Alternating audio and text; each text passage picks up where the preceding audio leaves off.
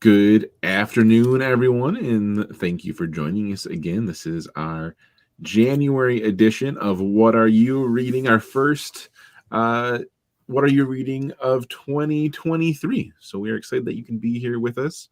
And this is our virtual show we do once a month where we talk about different books that we have been reading and give some thoughts on that in case you're looking for recommendations. And we always like to hear what you are reading as well. And we had a lot of people leave us comments leading up to this program this month, letting us know what kind of things they've been up to, what they've been reading, what they've enjoyed. And if you're watching this live, feel free to leave a comment, whether you're watching us on YouTube or Facebook or on our website at thegdl.org. Leave a message in there, leave a comment, let us know what you're reading, what you think about it. Or if you have any comments on any of the books that we talk about today, please feel free to let us know what you think. How are the three of you doing here today? Doing great. Doing good. Right. I don't think we have a theme or anything really this month. I'll share, though, really quick, some of the books that our patrons here have been reading and they shared with us that they have read so far. And I also pulled out one in particular that a patron left a little bit of a review for A Wizard's Guide to Defensive Baking, which is a title that really caught my attention. I love this cover. And Rebecca had said that I'm listening to this on Libby. So far, I like it. I need a distraction that wasn't too deep or depressing. Normally, I like dystopian novels. 1984 is one of their all-time favorites, and this looks to be very different than 1984, but looks like it'd be pretty fun. I'm really interested in learning more about this, so I don't know. This just looks so fun to me. So thank you, Rebecca, for sharing that review with us. So we have a few books to talk about today. Sherry, do you want to get started with our first book? Sure. My first one is The Spanish Daughter by Lorena Hughes. It's historical fiction. So Maria Purificación, or Puri as they call her in the story for short, is a chocolatier in Spain who's recently lost her father. Her father was long absent from her life, and he had another family in Ecuador where he ran a cocoa plantation. So Puri and her husband Cristobal head to Ecuador to claim her inheritance, but along the way, Puri realizes that her life is in danger, and she's forced to disguise herself as a man, both as protection from a killer and to find out who wants her dead. So the mystery only intensifies when she meets her brother and sisters and realizes everything isn't as it seems.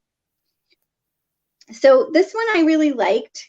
It was really beautifully written, kind of a good story about family and belonging. And it was a look at history that we don't often see in fiction. Like, I didn't know much about Ecuador or Ecuadorian history, or even anything really about cocoa plantations or anything really about this. So it was a kind of an interesting look into this part of history and this part of the world that we don't see too often in historical fiction.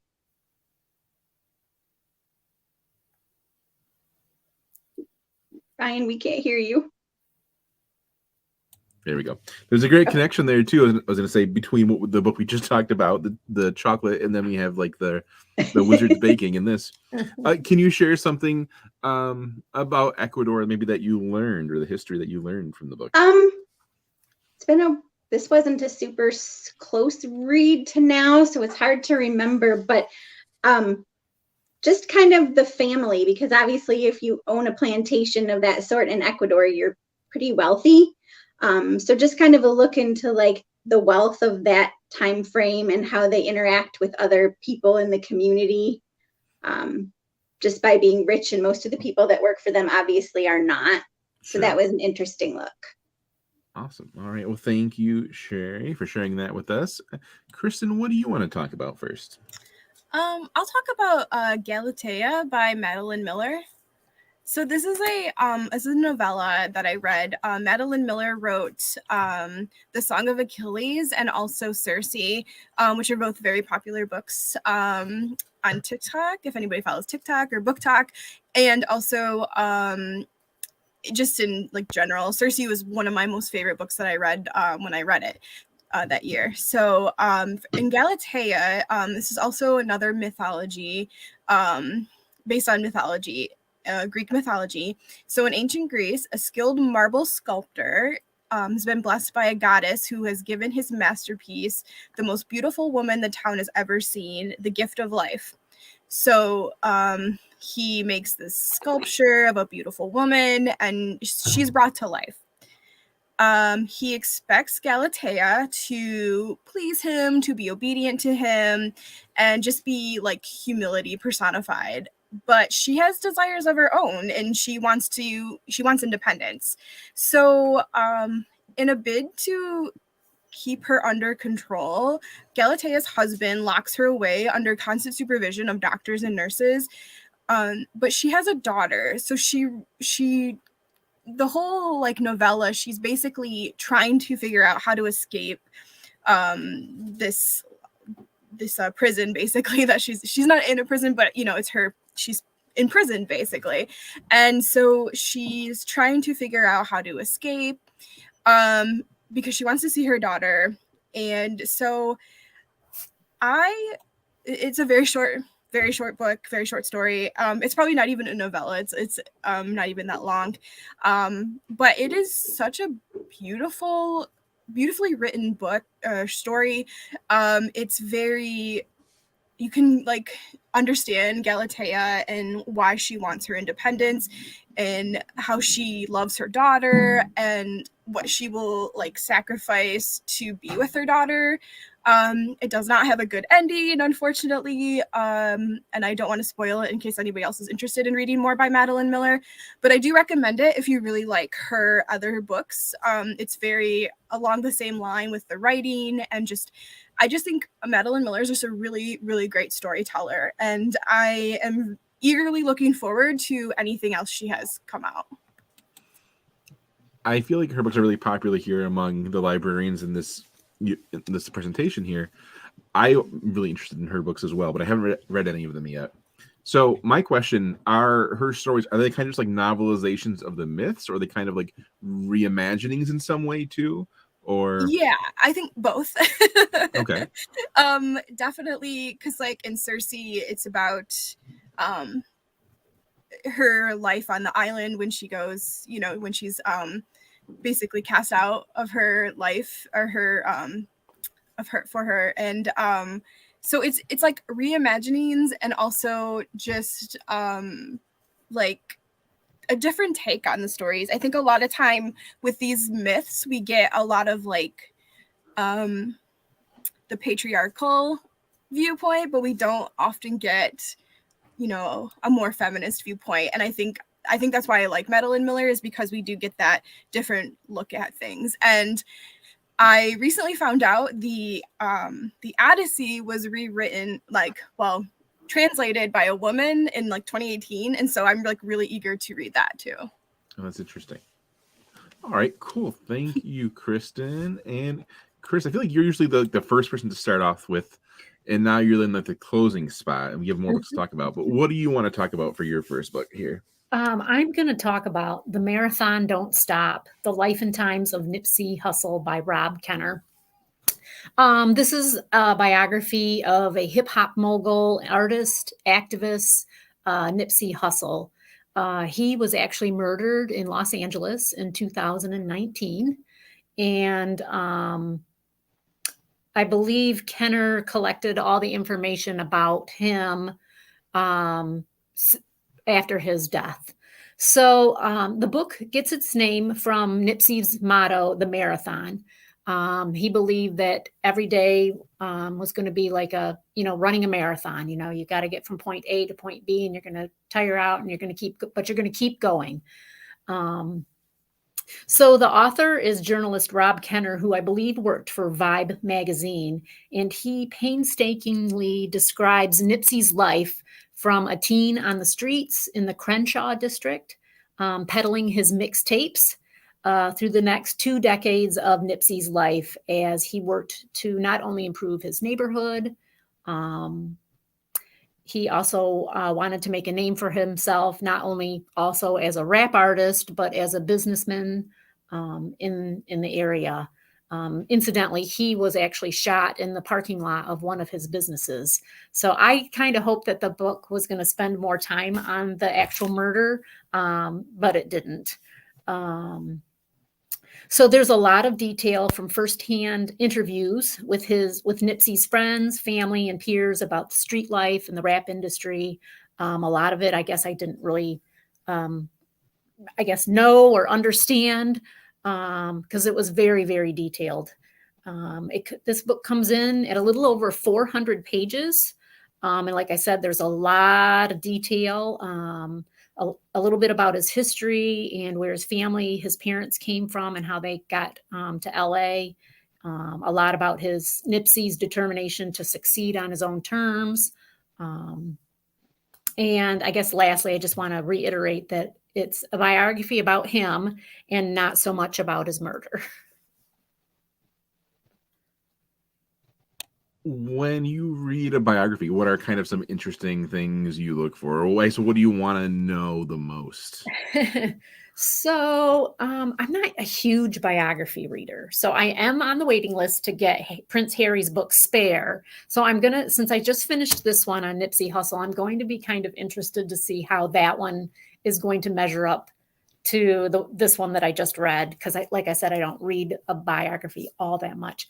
I think, so I stumbled upon this book from my son who recommended it to me. He said Nipsey is a huge guy in the rap industry. He should be a common name in everybody's home. So I bought the book, and it wasn't getting a whole lot of movement here in Fenton. So I checked it out for myself to read it, because I'm like, you know what? I want to read this. I want to find out who is this guy? But I also, because I knew he had been murdered, I had hoped that they would talk a little bit more about that. And they really, how when somebody commits a murder, social media and the news is like, don't give all the airplay to the murderer. I think that ultimately it's a good thing that this book focused specifically on Nipsey's life. Right. That makes sense. It's interesting too. Well, I think for as you mentioned how it's that he hasn't checked out a lot in Fenton yet. I think once you've read it now, it's easier to kind of push that or find as an angle to kind of promote this, or see you have like the hooks of the book of, hey, this was really interesting. Now I know how to kind of maybe convince other people to check it out who maybe might not to begin with, when you're looking to recommend something. And I think if anybody likes biographies, that this is a really, really well-written biography. Excellent. All right. Thank you, Chris. Sherry, what do you want to talk about next? My next one is Book Haters Book Club by Gretchen Anthony. If you've watched this, I like books about bookstores, and this one was a good one with a cast of quirky characters. So Irma owns a bookstore called Over the Rainbow, and she's decided to sell it without informing her daughters, one of whom works at the bookstore, or her deceased business partner's significant other, who has a potentially financial stake in the sale. So Irma and Elliot, who is her business partner, and we hear from him through a few chapters, even though he's dead, had competing mobile bookstores years ago, and decided to merge together and open Over the Rainbow, and they made Over the Rainbow a huge success. And the reason for the title's name is Elliot had a newsletter of reading recommendations for non-readers, and he called it the Book Haters Book Club. So hence the title of the book. And they include a little bit of the newsletters, and they fill in with a lot of his reading recommendations, which is really fun because you get to kind of be like, oh, yeah, that book. So Bree, Lainey, and Tom decide to try and stop the sale from going through, each for their own unique reasons. And then along the way, through protests and contacting the press and getting customers on board, they form an unlikely family with a shared interest in saving this small town bookstore.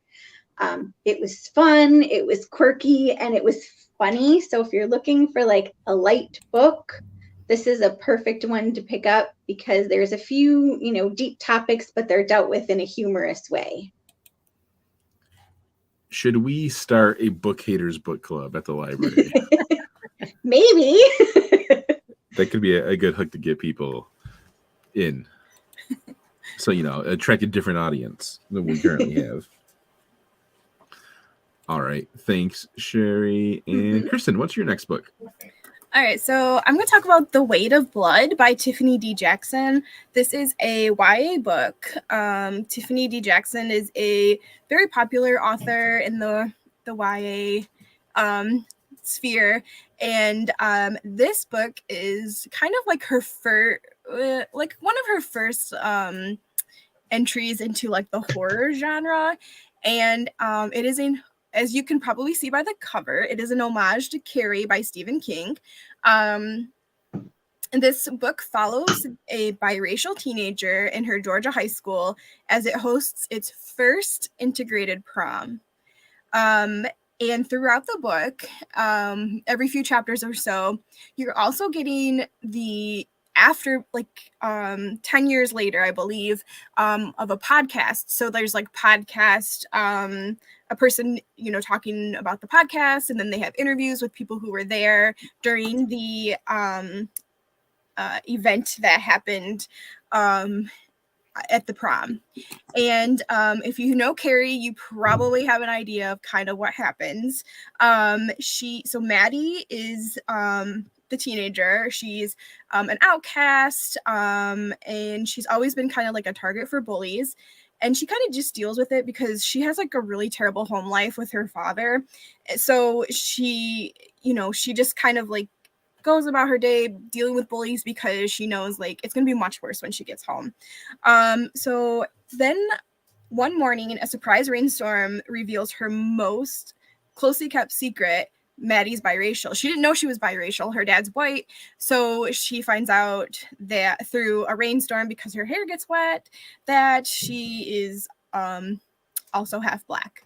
So she's been passing for white her entire life because her fanatical white father, Thomas, is like, you are white. So there's a whole lot of like issues with race in this book and racism. And so then after a viral bullying video kind of pulls back the curtain on Springville High's.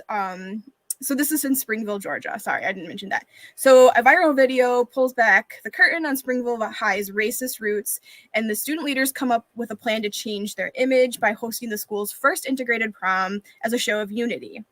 And the popular white class president, she asks her superstar quarterback boyfriend to ask Maddie to the prom, and that kind of like makes Maddie wonder, can she have like a normal life? But as we all know, if we've read Carrie, things don't always go to plan, and some stuff goes down at prom, and yeah, it is such a good book. It's such a good horror book.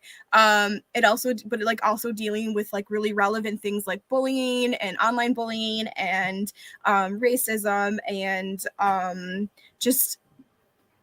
I think Tiffany D. Jackson does a really good job of like writing a story, but also making an impact with her stories. I've read a couple other books by her, and she's just a really great YA author. I really recommend, if you liked Carrie, definitely read this book. It's very similar, but a kind of like an updated modern version of it. So it's really good. Recommend it. That's an interesting comparison with Carrie, like an updated modern version of Carrie. Can you talk a little more about like how the podcast part works? Yeah, so the podcast takes place like 10 years after the incident, and if you think about like our true crime podcasts that are happening right now, there's like a lot of interviews with people that were there, and actually like there's an interview with the class president, and so it's kind of, they're just trying to find out what happened. And there's like there's so much speculation about what actually happened, but they all have the same explanation of Maddie did it. So it just kind of like fits in as if you were going like 10 years into the future, this is what happened, and they're trying to figure out why So if you think about like a lot of podcasts that are out right now and looking at different like incidents or that happened in the past, it's very reminiscent of that. That's really interesting. So with Yeah. how popular like true crime podcasts are, that seems like a really compelling way to kind of frame a Yeah. novel. That's really neat. All right, thanks, Kristen. All right, Chris, what is your second book?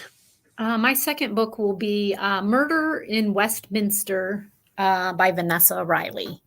If you are a fan of Bridgerton, then I recommend giving this Regency era mystery a try. It is the first book in a historical mystery series featuring a protagonist who is a woman of color. And Vanessa Riley, the author, is considered a leading new voice in the mystery genre. So Lady Abigail Worthing is the main character. She is living in her estate with her staff as her husband is at sea and he's been gone for 2 years. So she's facing the challenges of being the woman of the house, being in charge and, just making sure everything's on the up and up, while also carrying kind of this, I'm a woman of color and they don't treat me the same as everyone else in the, what do they call it? They call it the ton, TON.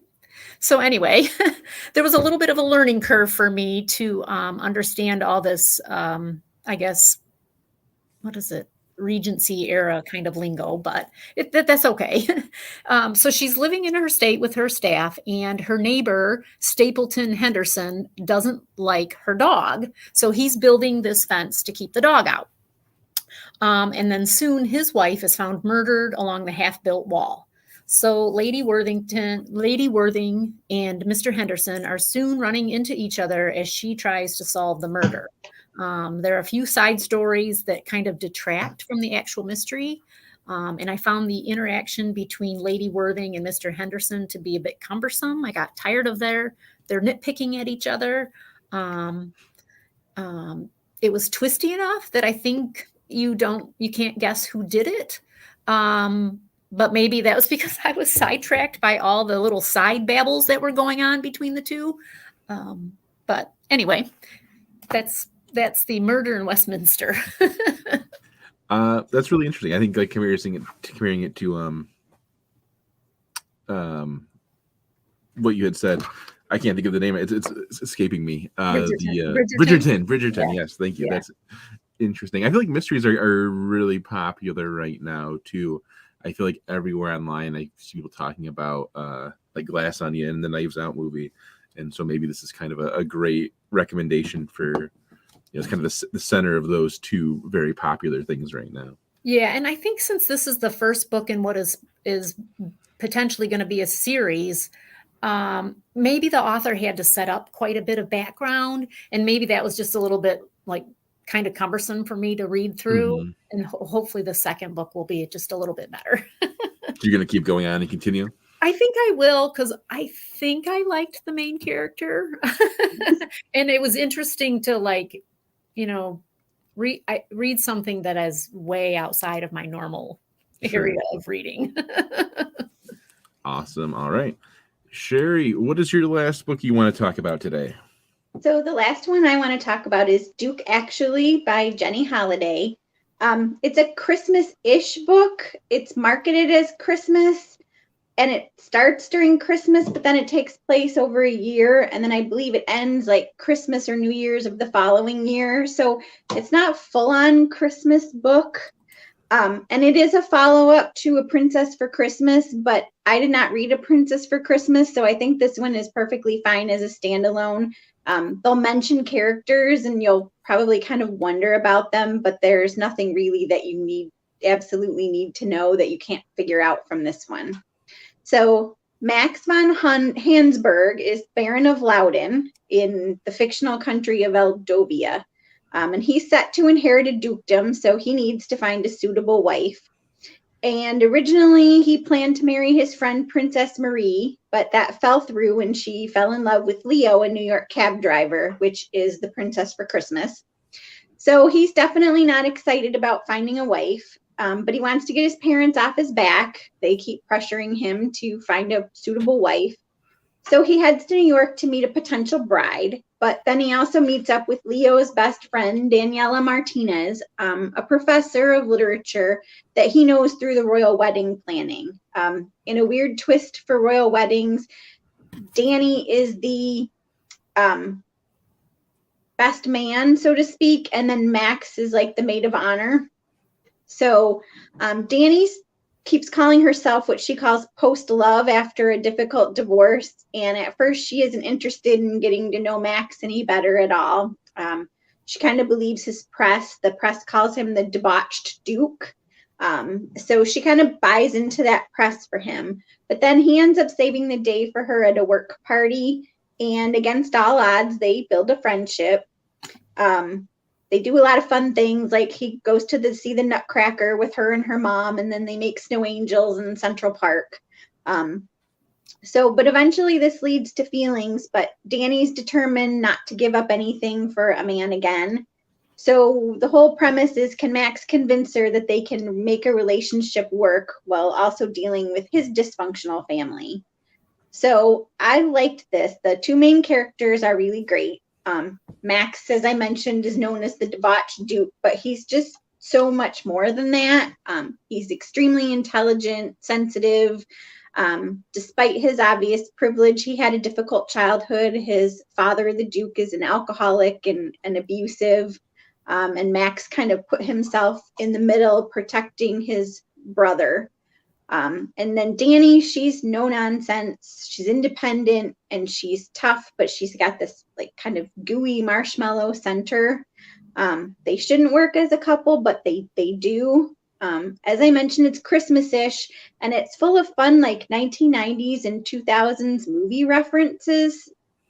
You can tell from the cover, like Duke Actually, it kind of has, they talk a lot about Love Actually and that movie.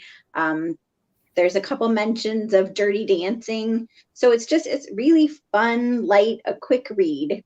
Oh, and there's a really fun little dog who's also named Max. So she calls the dog Max Minimus and the guy Max Maximus. I was going to ask before you tried to talk if the dog was named Duke. That's what I thought maybe. Nope, Max. Also, you're like the master of transitions, I feel like, Sherry, without even knowing what other people are going to talk about. We went from talking about Bridgerton now to Duke Actually, which I feel like is a funny comparison there. Who would you recommend this for? Like, who would you, if someone, I guess, if you had to like pitch it to somebody in like one sentence, what would you say? Somebody who's just looking for like a fun, light, quick read. It's fluffy, but it's not too fluffy. That sounds good. Okay. I feel like the artwork, I think, really kind of pulls you into like the kind of. The cover is really good. From what you've described. Cool. Awesome. Thank you, Sherry. And Kristen, what is your last book you want to talk about today? All right. I'm going to talk about True Biz by Sarah Novick. So True Biz in American Sign Language is really, seriously, definitely real talk. So that's what True Biz means in American Sign Language. So in this book, the students are at a residential school called the River Valley School for the Deaf. And all they want to do is just like pass their finals and then and just kind of live their lives. But that's not really going to happen because in the school, there's a lot of drama going on. The book is told from 3 different perspectives. You're going to meet Charlie. She's a rebellious transfer student who's never met another deaf person before. There's Austin. He's the school's golden boy whose world is rocked when his baby sister is born hearing. And then you have February. She is the headmistress who is fighting to keep her school open and her marriage intact. But she probably won't be able to do both. So as the book goes on, there's a series of personal crises and political crises that kind of threaten to unravel all of their lives. And so like for Charlie, she was brought up with a cochlear implant, and kind of like through her parents made her get one, and then because of that, she was because her parents not like really knowing much about deaf culture, she was forced into like a public school and basically being like the only deaf person in her own like in her life. And then there's Austin, who is basically like a legacy at this River Valley School for the Deaf. His mom went there, his parents, like his grandparents, and like all of that maternal side of the family is also deaf. And then February, who is a child of deaf adults, Coda. If you guys seen the movie Coda, you know. She is the headmistress of the school, and she has a hard time with juggling both the school and her marriage, and then also her mother who lives with them. So this book is just it's a really really good book. It's one of those books that I've been meaning to read since it came out, and I just like never did. And then finally I'm like, all right, I'm gonna read it. It was on Book Talk, and everybody kept talking about it. So I'm like, okay, I'm finally gonna read this. And I loved it. It was so good. I flew right through it. And I think it really kind of immerses you into the deaf community and like a lot of the issues that come up with that. That's like not something that I'm super familiar with. So I definitely learned a lot. And I thought it was just a great story too. And I really like this sentence in this review I read. This is a story of sign language and lip reading, cochlear implants and civil rights, isolation and injustice, first love and loss, and above all, great persistence, daring, and joy. And I think that like completely sums up that book in one very long sentence. It sounds really good. I guess, how would you describe kind of the atmosphere, the mood of the story? It's you know, it's kind of up and down. Like there's a lot of like feelings of like kind of loss, because there's a lot of like loss going on with like the school potentially closing, and like there's some like deaths in the family, and there's you know, kind of all that. But then there's like some also really good high moments, so it's kind of like up and down. But I think overall it's just like I said, it's just a really good story, and it's like not something that I've ever read before, or you know, was familiar with, especially with the deaf community. It's not something that I know a lot about. So I definitely I think it's a really important book to read. And I believe, and I might be wrong, but Sarah Novick is she works with the deaf community too. So I think that's definitely, you can see that she did a lot of research. All right. Thank you very much, Kristen. And Chris, what do you want to finish us out with today? Well, I'm going to finish you out with the first book of 2023 that I gave 5 stars to. So it's Red, White, and Whole by Rajani LaRocca. This beautiful junior fiction story is written in verse and has a hashtag Own Voices novel PR kind of going. So it is about eighth grader Reha. She's an Indian American girl who feels caught between two cultures: her Indian home life with her mom and dad, and her American culture school life where she goes to school. So she's very conflicted because she feels like her parents don't understand her. Because she was born in America and they were born in India. So they kind of clash a little bit on, you know, the things that she thinks is fun to do and wants to do, like her classmates, versus what is kind of traditionally what the family would do because her parents were brought up in India. So she is really at odds with her mother. Her dad is kind of a little bit more willing to let her try new things, but her mom wants her to be more traditional. But soon we learn that her mom, who is called Amma, is sick with leukemia. So that really changes everything Reha thought she knew about her parents, about her life, about the two different cultures. So it's a little bit sad in parts to read about her struggling with all that. The story does take place in the 80s.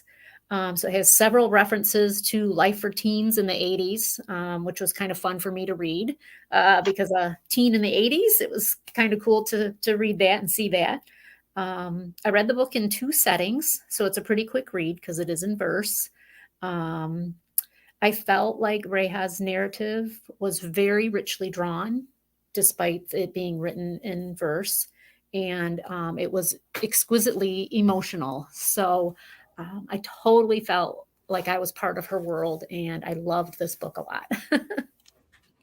So this is your first 5-star book of 2023. What makes a 5-star book for you?